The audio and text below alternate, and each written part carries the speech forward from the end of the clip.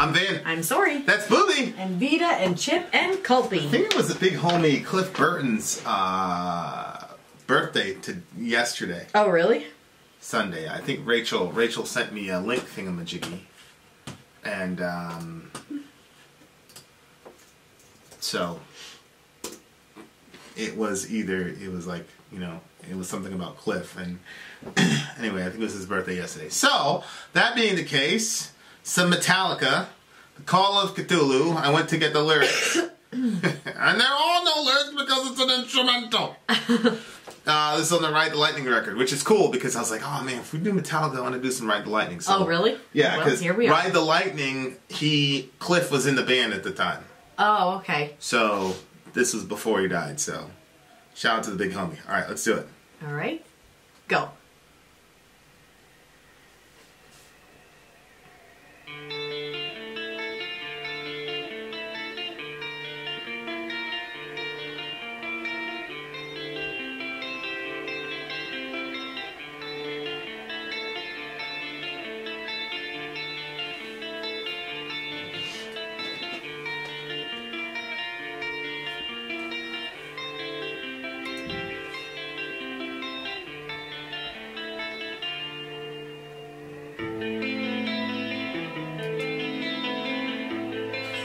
Scary music.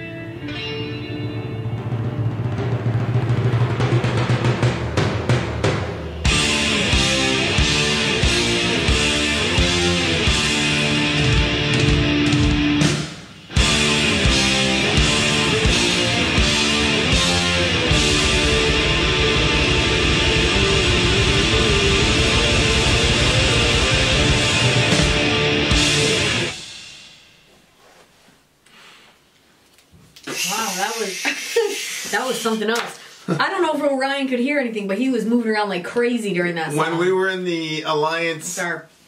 We're 6 months pregnant, for those of you who don't know. The Alliance meeting. We told them, yeah, we're going to be doing Call of Ktulu, and they were like, oh, that's going to be a good one. Yo, we're kidding. It's okay, this got released in 1983. They were born in 1963, 1962. Right, so they were 20, 21 respectively when they wrote this. We weren't even born. I know, but they were like 20 when they wrote it. That's wild. Like, I mean... That's some talent. Yeah. At 20 years old? Yeah. Yeah, Kurt was 21 and Cliff was 21, but James and Lars were 20. They were just old enough to buy their own alcohol. Yeah, yeah. That's so crazy. Yeah, and they came up with that crap. Good Lord. What in the world? Yeah. That middle... Very well done. That middle was like...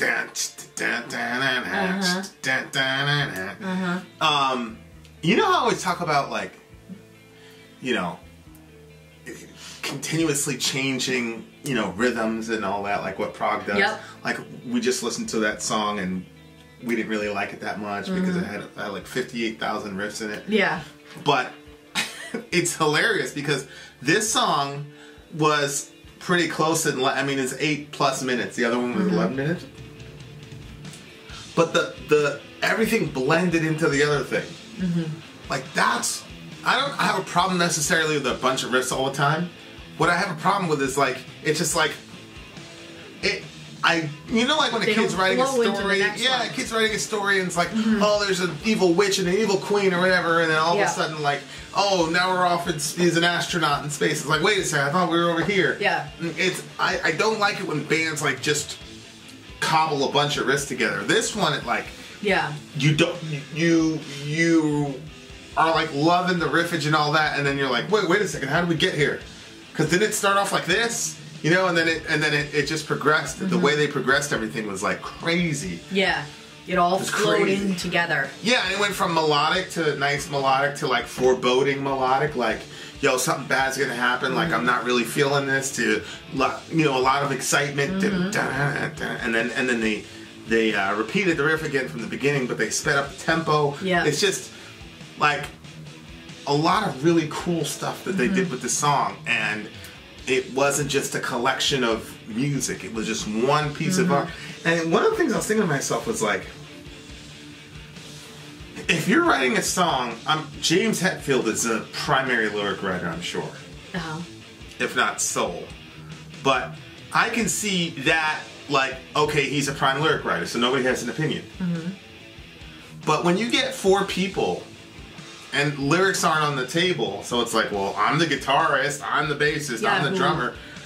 To get everybody to work together, because there had to be like, okay, we can't use this piece.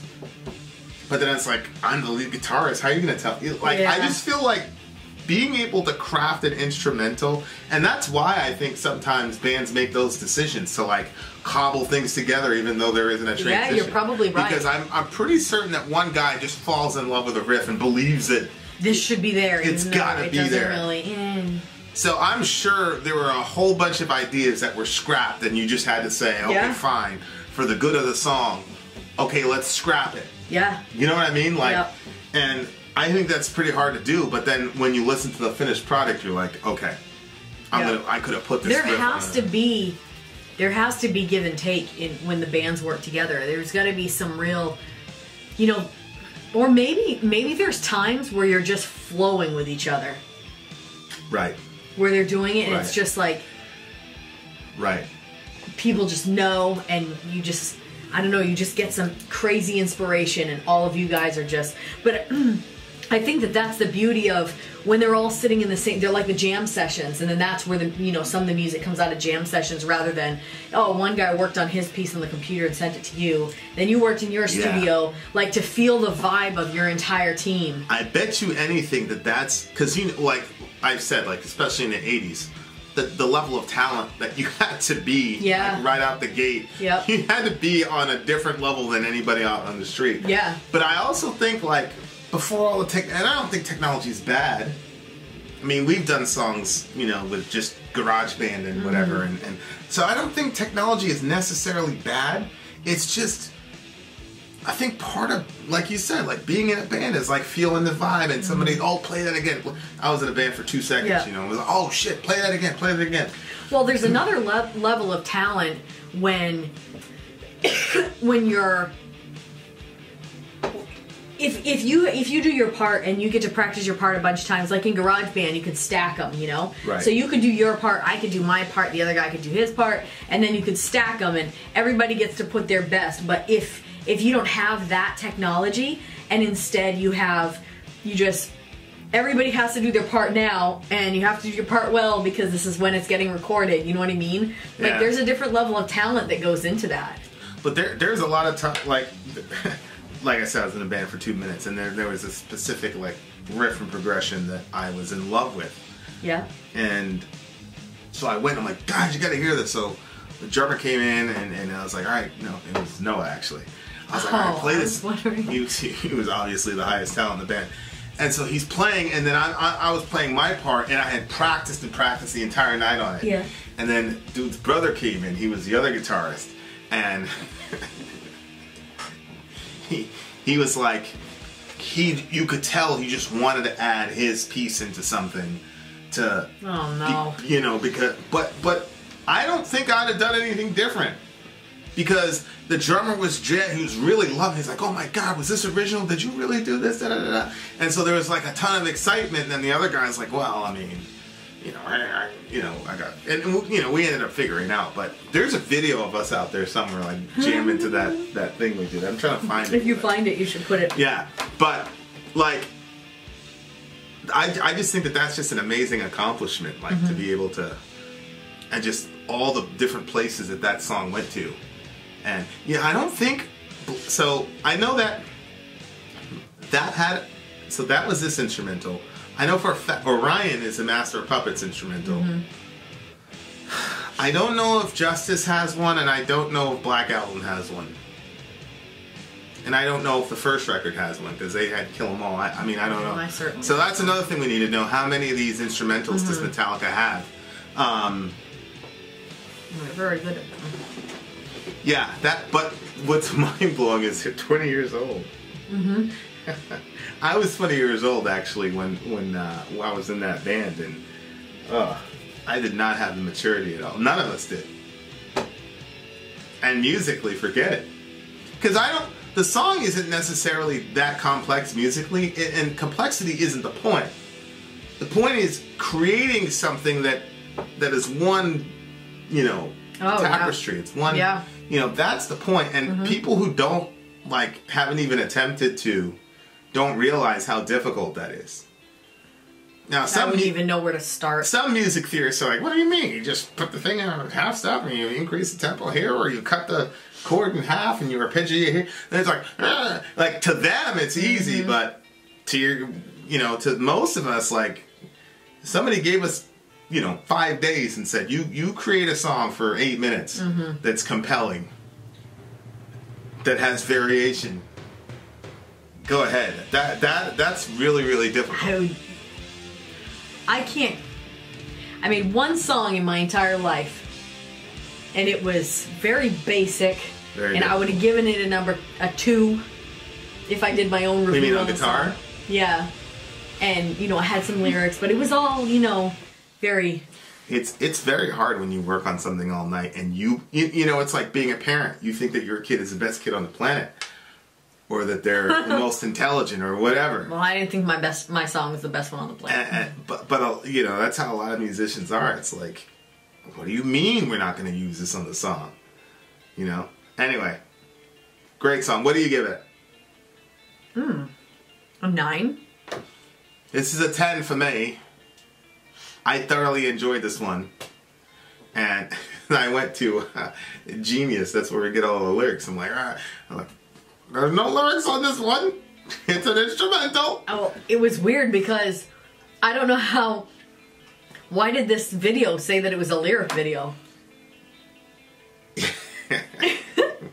It just shows how ignorant we are. Oh, He said something at the end. He was like, haha, there's no lyrics or something like that. Oh, I know. He was saying so much stuff that I couldn't read him because I had to focus on the song. You found the lyric, but yeah, he was talking throughout the entire song. But you know, I guess according to him, it's based on that Lovecraft guy, which we did a song. It wasn't Septic Flesh, might have been Septic Flesh.